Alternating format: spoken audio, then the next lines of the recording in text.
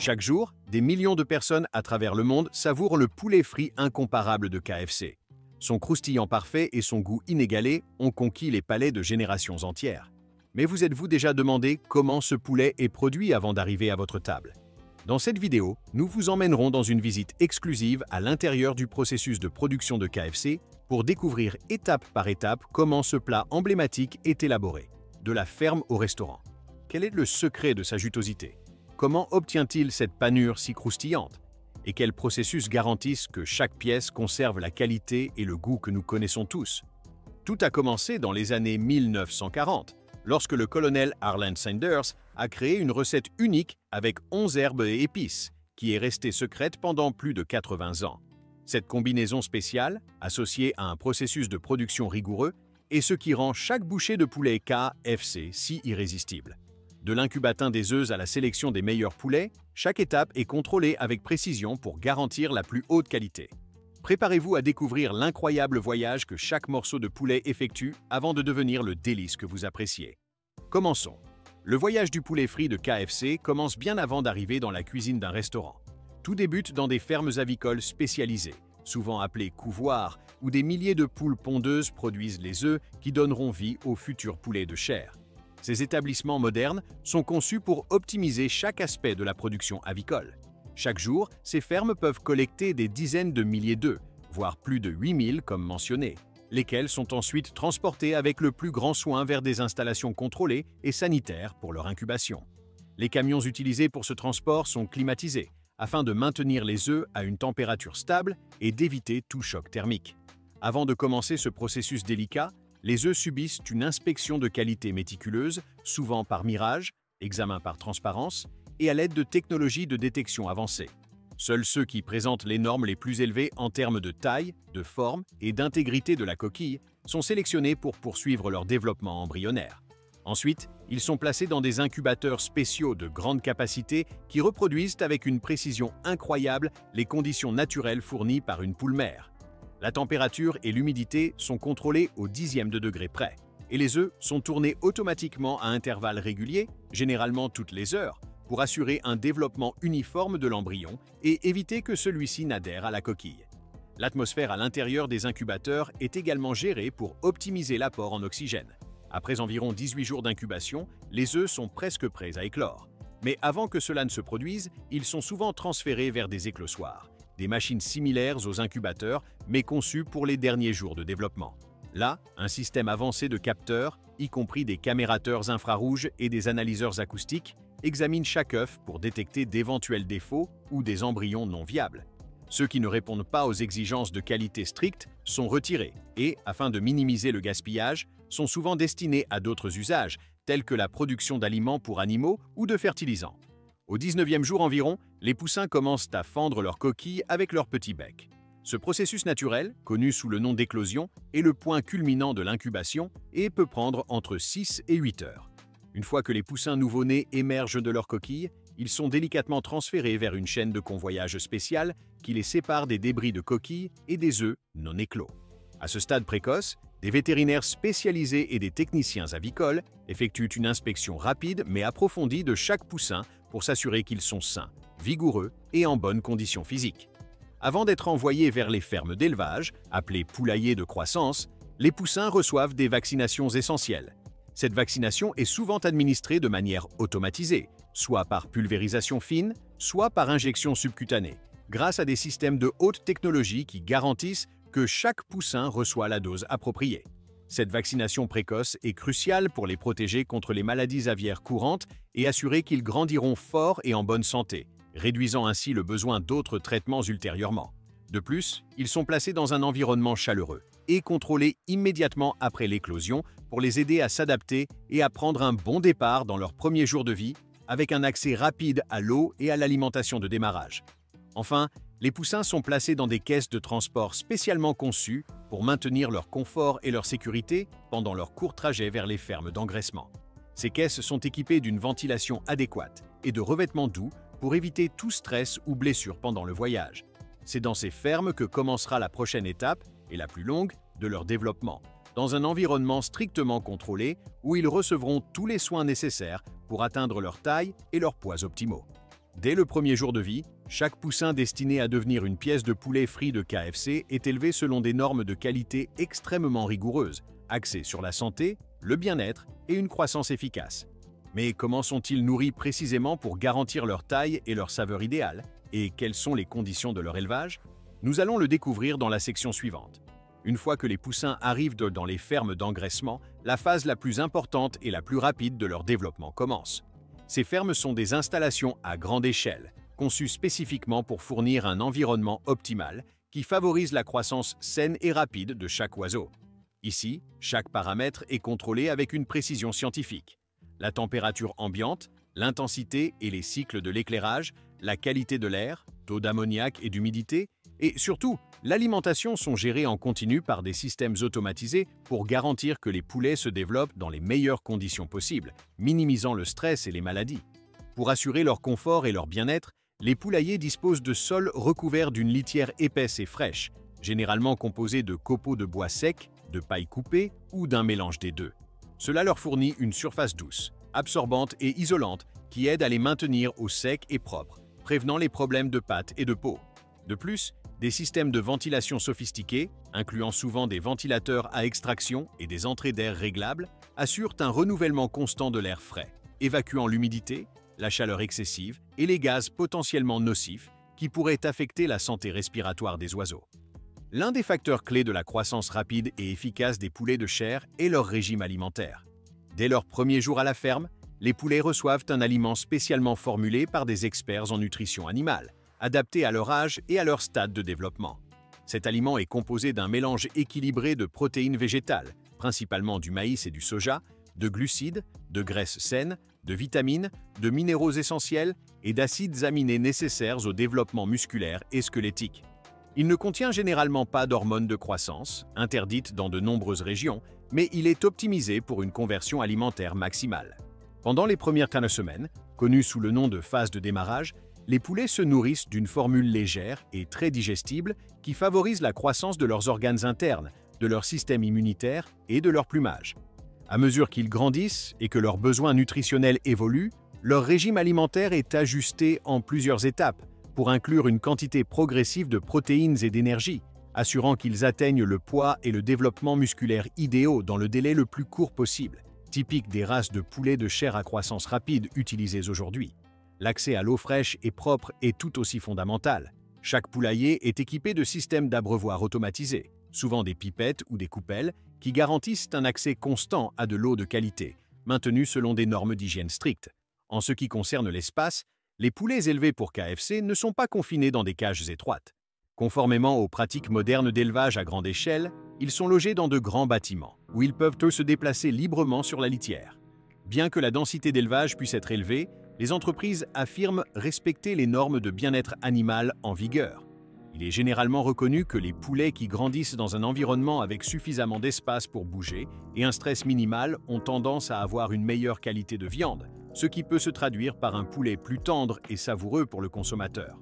Après une période de croissance relativement courte, d'environ 38 jours pour les poulets femelles, plus légers, qui atteignent un poids d'environ 2 kg, et jusqu'à 65 jours pour les mâles, plus lourds, qui peuvent atteindre un poids idéal d'environ 3 kg.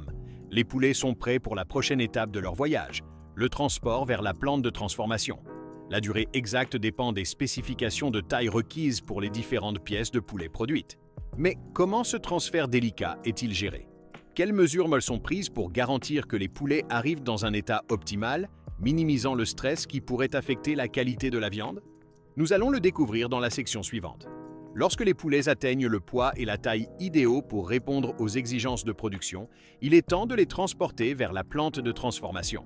Cette étape est d'une importance capitale non seulement pour l'efficacité de la chaîne d'approvisionnement, mais surtout pour garantir que les oiseaux arrivent dans les meilleures conditions possibles, minimisant le stress et les blessures, ce qui a une influence directe et significative sur la qualité finale de la viande. Tendreté, couleur.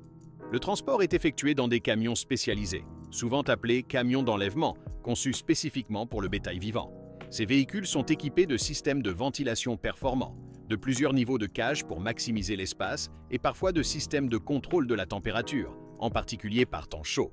Les poulets sont chargés manuellement ou à l'aide de systèmes de convoyage doux, dans des caisses ou des conteneurs spacieux, conçus pour éviter les blessures et permettre aux oiseaux de se tenir debout et de bouger confortablement pendant le trajet. Les opérateurs sont formés pour manipuler les oiseaux calmement afin de réduire leur stress. Pendant le trajet, qui est généralement planifié pour être aussi court que possible afin de minimiser le temps passé en transit, les conditions à l'intérieur des camions sont souvent surveillées, notamment la température et les niveaux d'humidité, pour assurer le bien-être des oiseaux.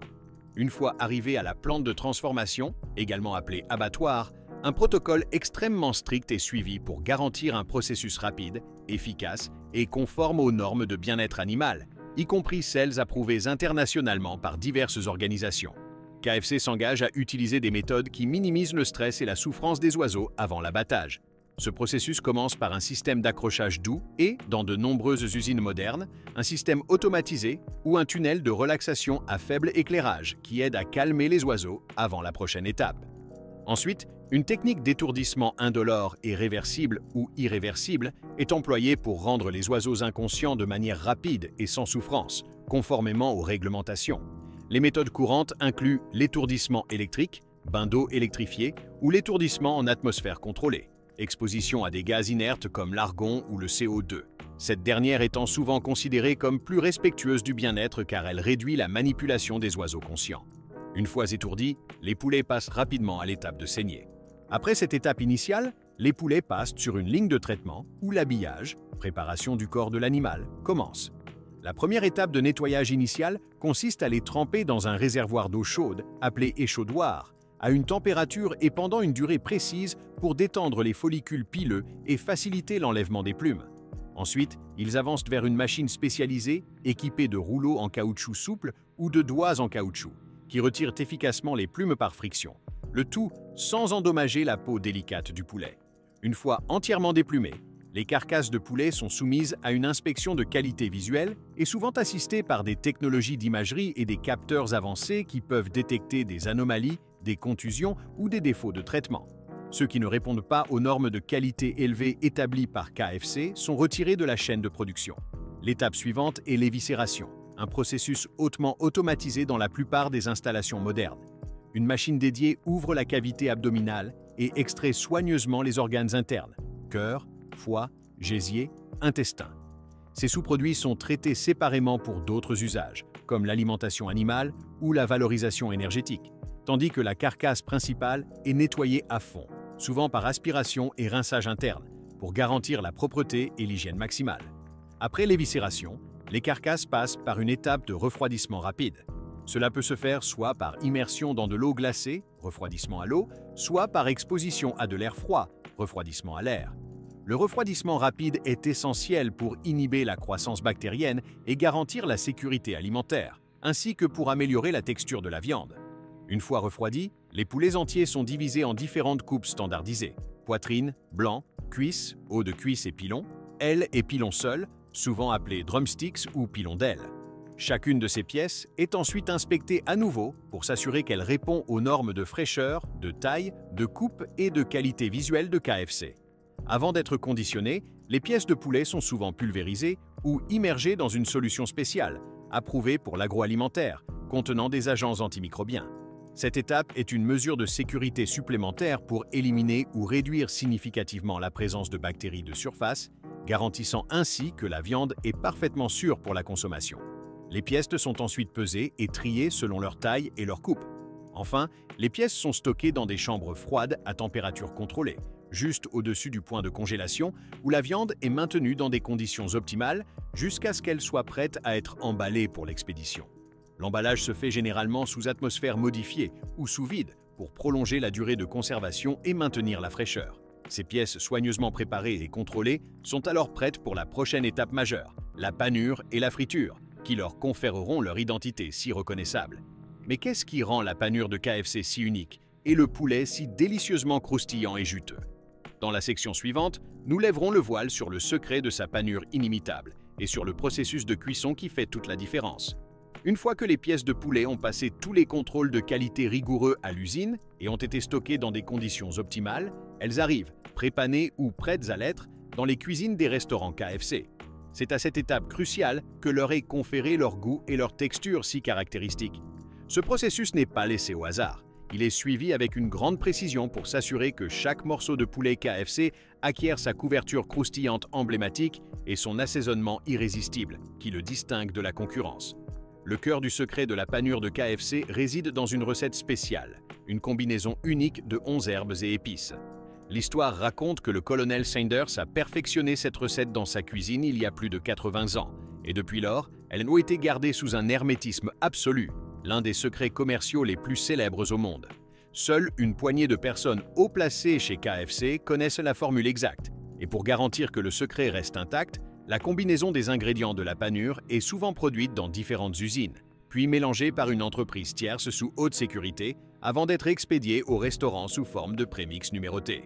Le processus commence par la préparation des pièces de poulet crues ou partiellement cuites. Avant d'être enrobées de la panure sèche, les pièces sont généralement humidifiées. Historiquement, cela se faisait en les trempant dans un mélange d'œufs et de lait, le egg wash. Mais aujourd'hui, une solution spéciale est souvent utilisée pour aider la panure à adhérer de manière uniforme et à créer la couche croustillante désirée lors de la cuisson.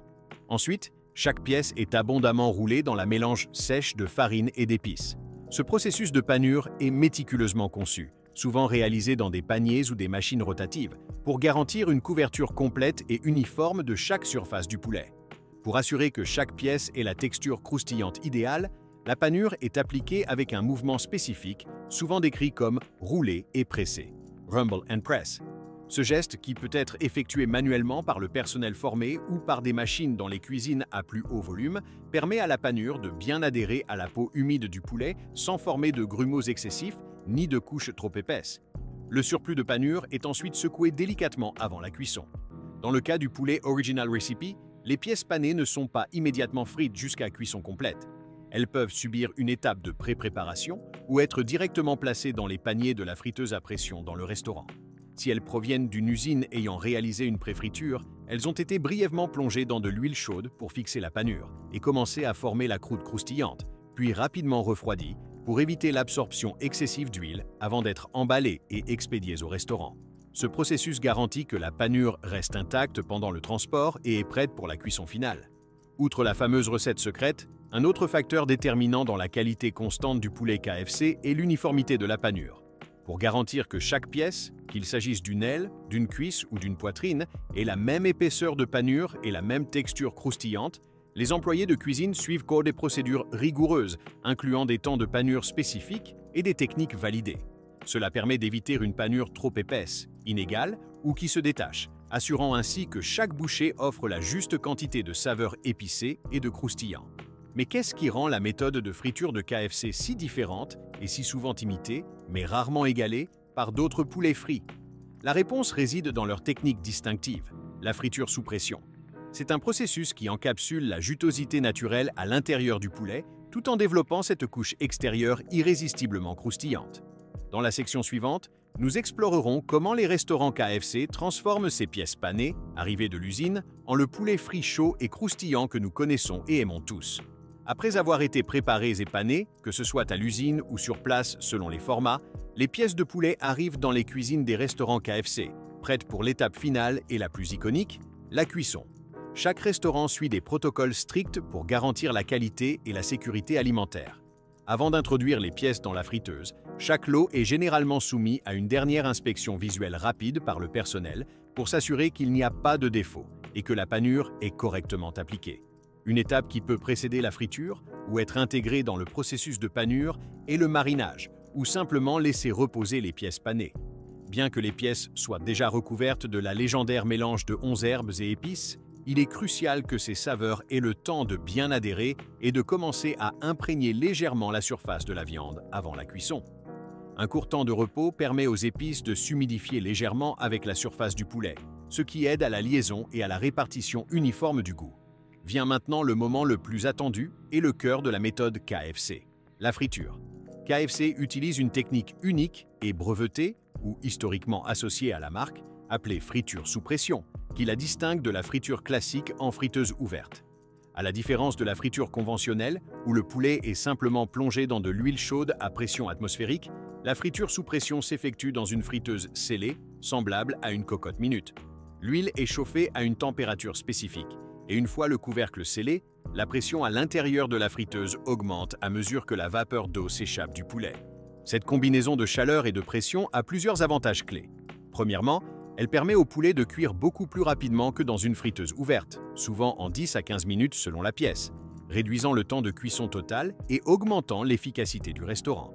Deuxièmement, la pression aide à sceller rapidement la surface extérieure du poulet, emprisonnant ainsi les jus naturels à l'intérieur.